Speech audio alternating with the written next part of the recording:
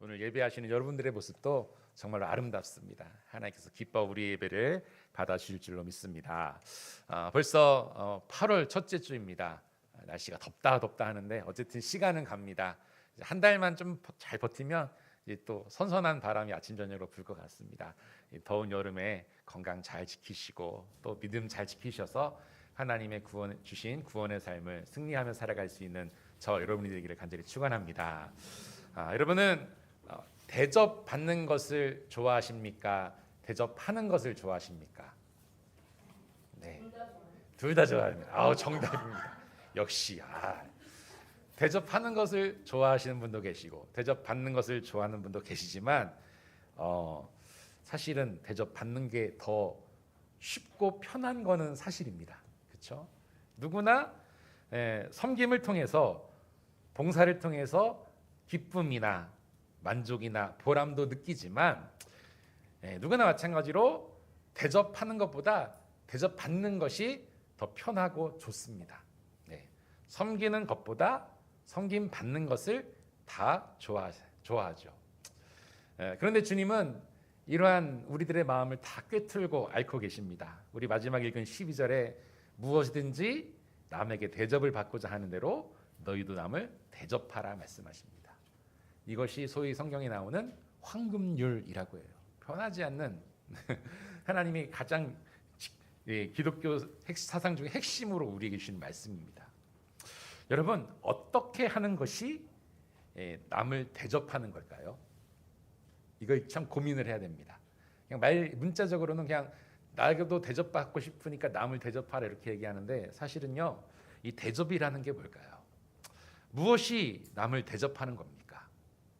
말씀 그대로 내가 대접받고 싶은 만큼 나도 대접하면 되는 걸까요? 밥을 내가 먼저 얻어먹고 싶으면 내가 먼저 사는 게 인지상정, 그런 뜻인가요? 어떻게 하는 것이 진짜 남을 대접하는 것일까? 그리고 나도 대접받는 길일까요?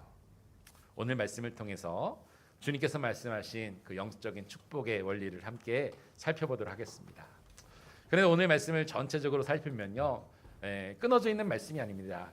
마태복음 7장 1절에서부터 쭉 이어지는 말씀이에요. 이 대접받고 대접하는 그 말씀 전에 오늘 7장 1절에서 주님은 이렇게 말씀하십니다. 뭐죠? 비판을 받지 아니하려거든 비판하지 말라. 갑자기 비판의 말씀을 하세요. 비판을 삼가라. 여러분, 비판할 때가 많죠. 사실은 우리가 더운 여름 날씨 가운데 어떤 말을 많이 하냐면 더워, 짜증나, 이 말을 많이 해요. 불평 불만을 상당히 많이 합니다. 그리고 상대방을 보더라도 상대방의 좋은 점을 바라보고 칭찬하려는 것이 아니라 단점을 보고 비판합니다. 흠을 잡습니다. 물론 바른 비판은 필요합니다. 발전적이고 더욱 생산적인 일에는 비판이 반드시 필요합니다. 잘못된 일, 또 비리가 저지러지는 곳, 그것은 반드시 그 잘못을 비판하고 잘못된 것을 고쳐야 되는 게 맞습니다. 그런데 오늘 본문에서 말씀하시는 이 비판은요, 건전한 비판이 아닙니다. 좋은 비판이 아니에요. 뭐냐면 남을 헐뜯고 깎아내리는 비난을 뜻합니다. 예수님께서 비판을 받지 아니하려는 비판하지 말라, 이 말씀하신 이유가 뭘까요? 누군가는 비판을 하고 있다는 거예요. 잘못된 비판을 하고 있다는 겁니다. 예수님 당시 유대 사회에서는요, 율법적으로 종교적인 원칙을 잘 지켜야만 인정을 받았습니다. 그리고 그 원칙에 따라 그 원칙을 지키지 않는 이들, 율법을 지키지 않는 사람들은요, 비판하고 정죄하는 일이 아주 빈번했다는 것입니다. 그리고 율법을 지키는 유대인들은요, 그 율법의 잣대를 대고선 남을 판단하는 겁니다. 그리고 상대방을 비판하는 거예요. 그리고 비판하는 것도 모자라 사람들에 대한 차별도 서슴없이 행했습니다. 특히 이방인이나 죄인들, 세리들, 창녀들 인간 취급도 하지 않았어요. 개나 돼지, 짐승 취급하면서요, 비난하고 정죄했다는 거예요. 이게 잘못된 비판입니다. 나보다 좀 어렵거나 못한 사람이 있으면 주님 주신 사랑의 마음으로 그를 돌보고 또 이끌어 주어야만 하는데, 그들을 변화되길 바라는 마음으로 비판하는 것이 아니라, 참된 비판이 아니라 그들을 무시하고 판단하면서 비난하고 비판했다는 겁니다. 이러한 차별은 조롱과도 같습니다. 그런데 여러분 잘 들어보십시오. 이러한 유대인들의 비판의 마음에는요, 그 이면에 무엇가 깔려 있냐면요, 바로 교만이 깔려 있다는 것을 알아야 됩니다. 유대인들은요, 이방인과 죄인들, 세리와 창녀들을 자신들보다 어떻게 생각했을까요? 좀 떨어진다 생각한 거예요. 나는 저들보다 훨씬 우월하다. 교만이죠. 그러니까 판단하고 비난할 수 있는 겁니다. 나는 적어도 저들보다는 율법을 잘 지키고 나는 바르게 살고 있다. 완전한 영적인 착각인 것입니다. 유대인들이 다른 사람들을 향해 비난과 정죄하는 행동 속에는 뭐가 있다고요? 그 교만이 깔려 있다는 겁니다. 사람을 사람으로 대접하지도 않았어요. 짐승 취급했다니까요. 그런데 여기서 주님은요, 한 가지를 짚고 넘어가십니다. 무엇입니까? 남을 비판하기 전에 그 비판의 대상이 바로 누가 돼야 되냐면 내가 먼저 돼야 된다는 겁니다. 비판의 대상이 내가 돼야 돼요. 그 비판의 잣대를 남에게 들이우기 전에 먼저 누구에게 돼야 되냐면 나에게 돼야 되는 겁니다. 그 기준을 나에게 적용해 보라는 거예요. 비판하고 정죄해야 될 첫 번째 대상은 상대방이 아니라 다른 이가 아니라 바로 첫 번째는 나입니다. 나. 비판에 익숙한 사람은요, 흔히 형제의 눈 속에 있는 티는 보고 자신의 눈 속에 있는 들보는 깨닫지 못하는 실수를 저지르게 됩니다. 사람은 누구나 한아름의 들보를 다 가지고 있습니다. 무엇입니까? 바로 나도 상대방과 다름없는, 다 우리는 죄와 허물을 가지고 있는 죄인들이라는 것이죠. 상대방보다 더 큰 들보가 나에게 있는데 그것을 보지 않고는 뭐요? 상대방의 작은 흠만 들추는다는 겁니다. 여러분 예를 들자면요, 쉬운 예를 한번 들어볼게요. 여러분 우리가 영화나 드라마를 보면요, 감옥, 교도소 장면이 흔히 나오잖아요. 근데 그 교도소에 죄수들이 수감되어 있는 방에 새로운 수감자가 들어옵니다. 쉽게 말해 신입이 들어와요. 그러면 그럴 때마다 어떤 장면이 나오냐면요, 기존에 수감되어 있던 그 수감자들이 방 구석에 둘러앉아가지고 그 사람 세워놓고서는 뭘 물어봅니까? 너 무슨 죄를 지어서 이곳에 들어왔냐 이렇게 물어봐요. 새로운 신입 죄수의 죄명을 물어봅니다. 그리고서 비난하는 거예요. 조롱하는 거예요. 경범죄로 들어온 사람이 있으면은 뭐 그런 하찮은 죄를 짓고 들어왔냐면서 순위를 따지면서 너는 별것도 아니야 이렇게 조롱합니다. 그리고 반대로 중한 죄를 지고 들어오는 사람에게는 짐승만도 못한 놈이라고 비난합니다. 벌을 받아 마땅하다. 넌 여기서 평생 썩어야 돼. 이렇게 말을 해요. 그런데 그렇게 비난하던 기존의 사람들은요, 그렇게 손가락질할 자격이 있습니까? 없습니다. 왜요? 그 사람들도, 그렇게 비난하는 사람들도 똑같이 어떠한 죄를 짓고 들어온 죄인들이라는 겁니다. 비난할 자격이 없다는 거예요. 보세요. 죄 없는 자만이 남을 판단할 수 있습니다. 그런데 우리는요, 다 죄인입니다. 판단할 자격이 없다는 거죠. 5절 말씀에 주님은 말씀하십니다. 먼저 내 눈 속에 들보를 빼어라. 그 후에야 밝히 보고 형제의 눈 속에서 티를 빼리라. 아멘. 죄 없는 자가 남을 판단할 수 있는데요, 죄가 없는 인간이 어디 있습니까? 아무도 없습니다. 당연히 남을 판단하고 비판할 자격이 나에게는, 우리에게는 없다는 겁니다. 여러분 한번 잘 생각해 보십시오. 우리에게는 다 뭐가 있습니까? 들보가, 이만한 들보가 하나씩 박혀 있습니다. 남의 티를 보고 비판할 자격이 없어요. 그렇다고 해서 여러분들 잘 들어보십시오. 내 허물과 죄가 있다는 것을 깨닫고서는 자책하고 좌절하며 또 무너진 삶을 살아가지 않아도 됩니다. 왜냐하면 우리에게는 하나님의 은혜가 임했기 때문입니다. 바로 죽을 수밖에 없는 죄인에게 베푸신 하나님의 은혜와 사랑이 저와 여러분들에게 임했다는 것이죠. 내 허물, 죄 물론 크지만요, 그보다 더 크신 하나님의 사랑의 용서가 우리에게 임한 줄로 믿습니다. 축복합니다. 우리의 원죄는 다 사해졌고요, 예수 그리스도를 구주로 영접한 고백하는 자들에게는 원죄가 다 사라졌습니다. 이제는 하나님의 사랑과 예수 그리스도의 십자가 대속의 은혜로 우리는 하나님의 자녀가 된 줄로 믿습니다. 우리는 정죄하지 않습니다. 우리는 심판받지 않습니다. 우리는 구원받았어요. 여러분, 그럼 우리는 깨끗해졌습니다. 그러면 우리는 비판해도 될까요? 정죄해도 될까요? 아니죠.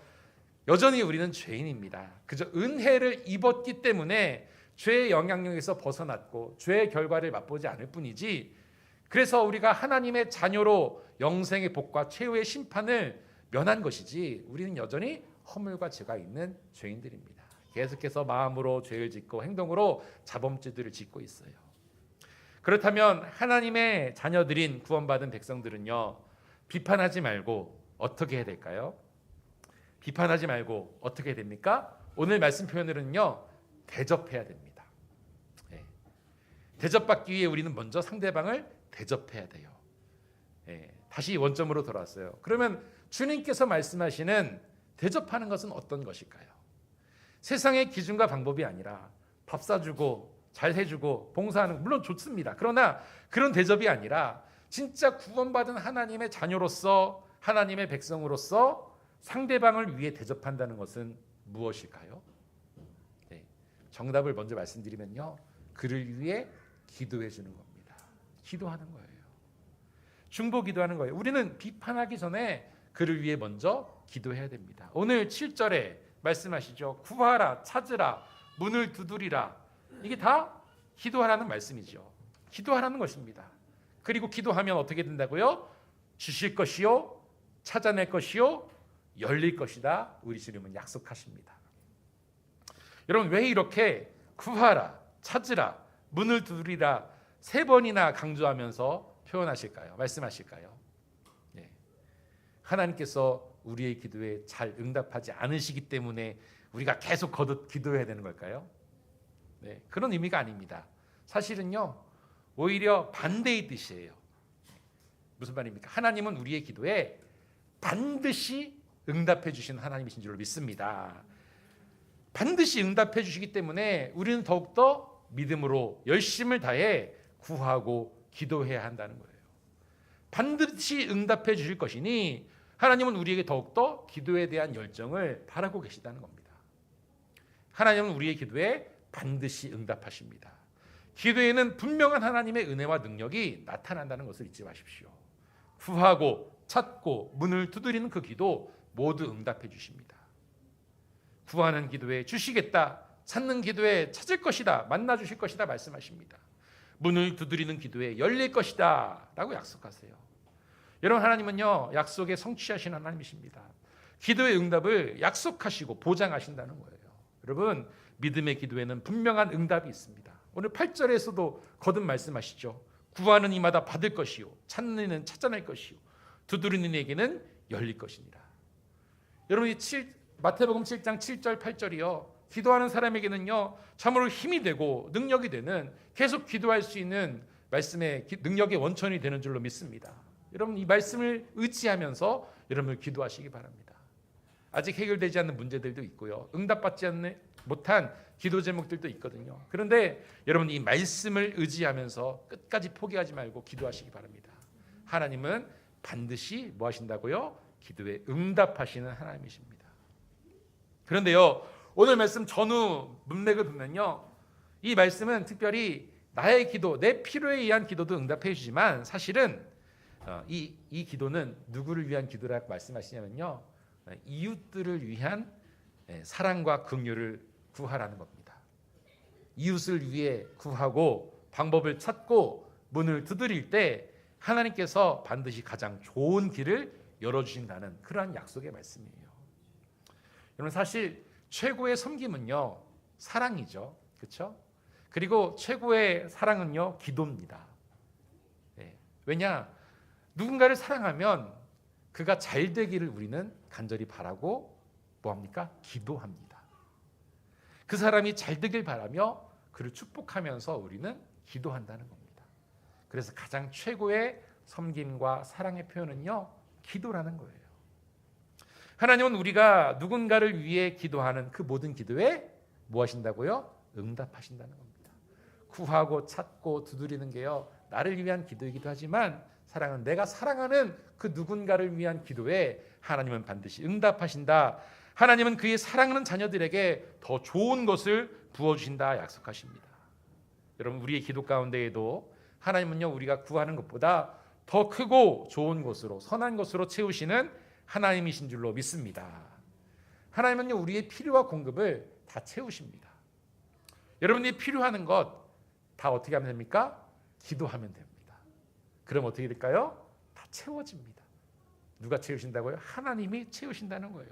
다 공급해 주십니다. 오늘 9절 10절에도 말씀합니다. 너희 중에 누가 아들이 떡을 달라 하는데 돌을 주며 생선을 달라 하는데 뱀을 줄 사람이 있겠느냐. 오늘 떡으로 한글 성경은 쓰여있지만 사실 빵이죠. 그 당시 사람들이 먹었던 것들은 빵입니다. 유대인들의 주식은 빵입니다. 빵은 뭡니까? 배고픈 사람의 그 굶주림을 해소해 줍니다. 그리고 생활할 때 필요한 모든 에너지를 공급해 주는 중요한 음식입니다. 하나님이 우리의 모든 필요를 공급해 주세요. 하나님은 우리의 필요를 공급해 주지 돌을 주지 않으십니다. 이스라엘은요, 이 빵처럼 생긴 작은 돌들이 무수히 널려 있어요. 광야에는 많습니다.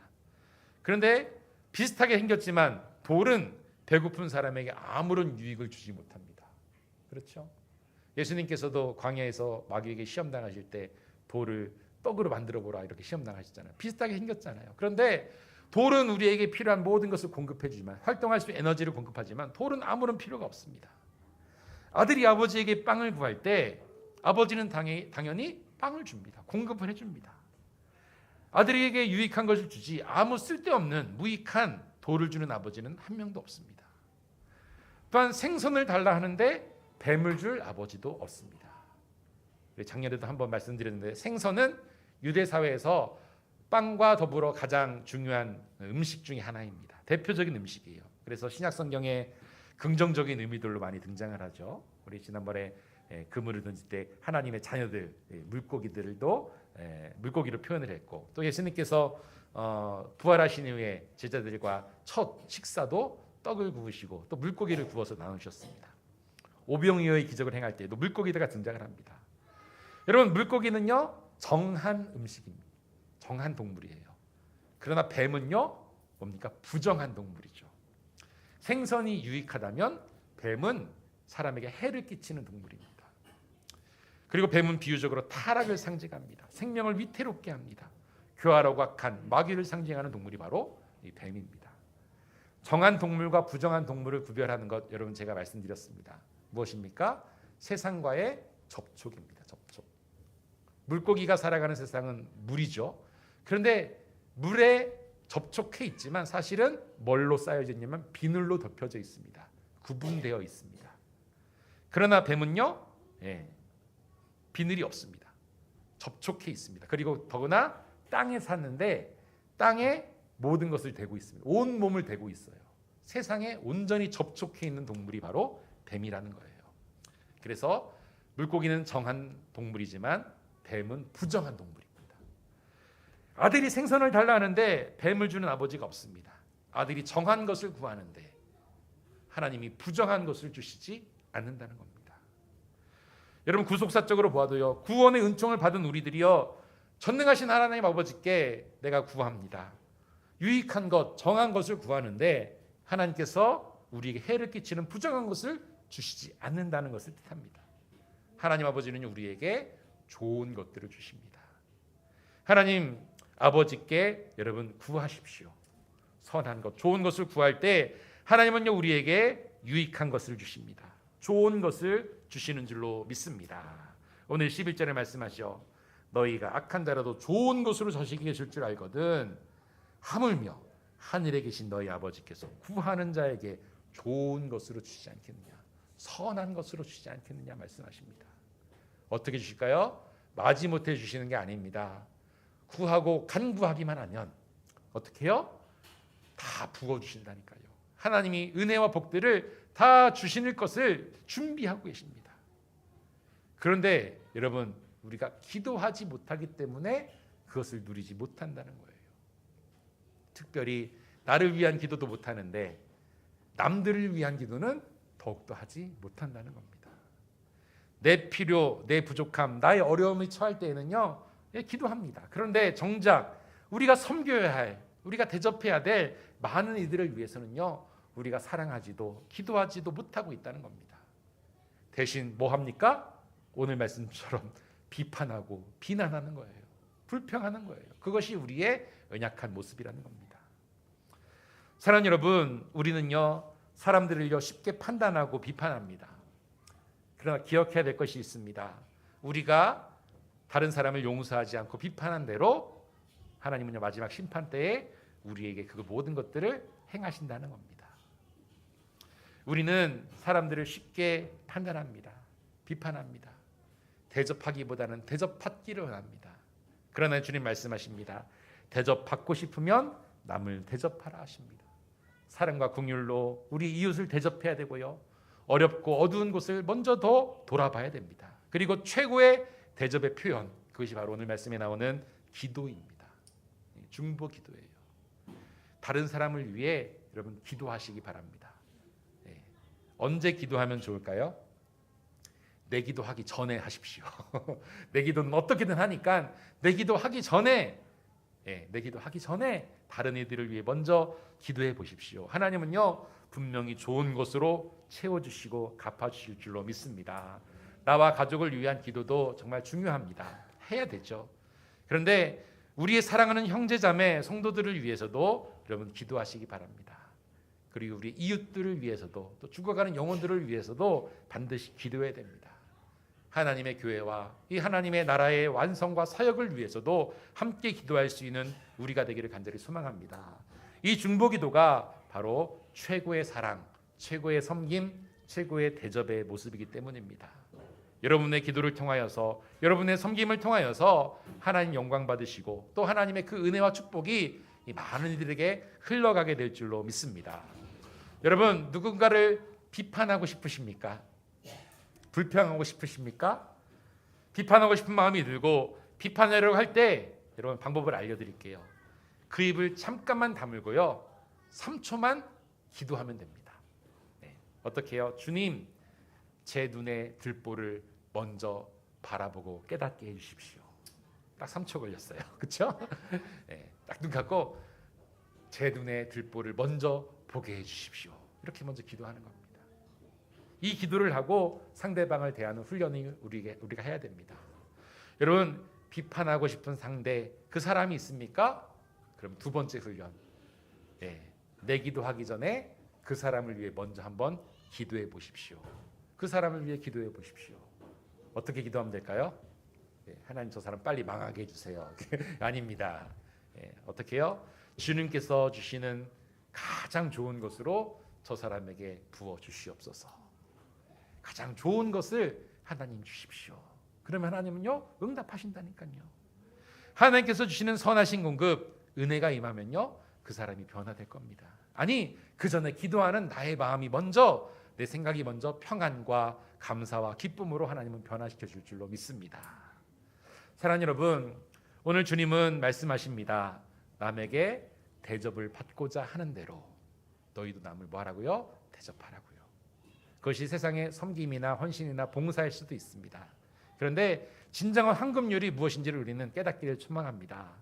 비판하고 비난하는 것이 아니라 그것은 결국 나를 죽이는 겁니다. 오히려 그 사람을 위해 기도해 주는 것이 최고의 대접이며 최고의 섬김이며 사랑임을 기억합시다. 그를 위해 기도하고 축복하고 섬기면 하나님이 역사하십니다. 그 기도의 응답과 섬김의 효과가 결국에는 나에게로 돌아오게 될 줄로 믿습니다. 가장 최고의 대접을 하십시오. 가장 최고의 섬김과 사랑을 실천하십시오. 그것은 바로 기도입니다. 하나님께서 우리에게 가장 좋은 것으로, 가장 선한 것으로, 또 전능하신 능력과 기쁨으로 우리에게 은혜 주실 줄로 믿습니다. 최고의 대접을 하십시오. 서로 사랑하며 비판하지 말고요. 내 안에 있는 들보를 먼저 보십시오. 그리고 상대방을 바라볼 때 항상 기도해 주십시오.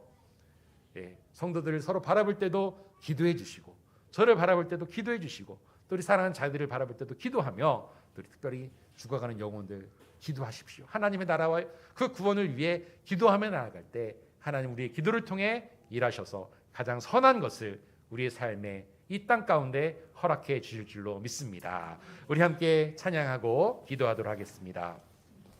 우리 원하고 바라고 기도합니다. 우리 함께 찬송하시고 말씀을 기억하시면서 함께 기도하겠습니다.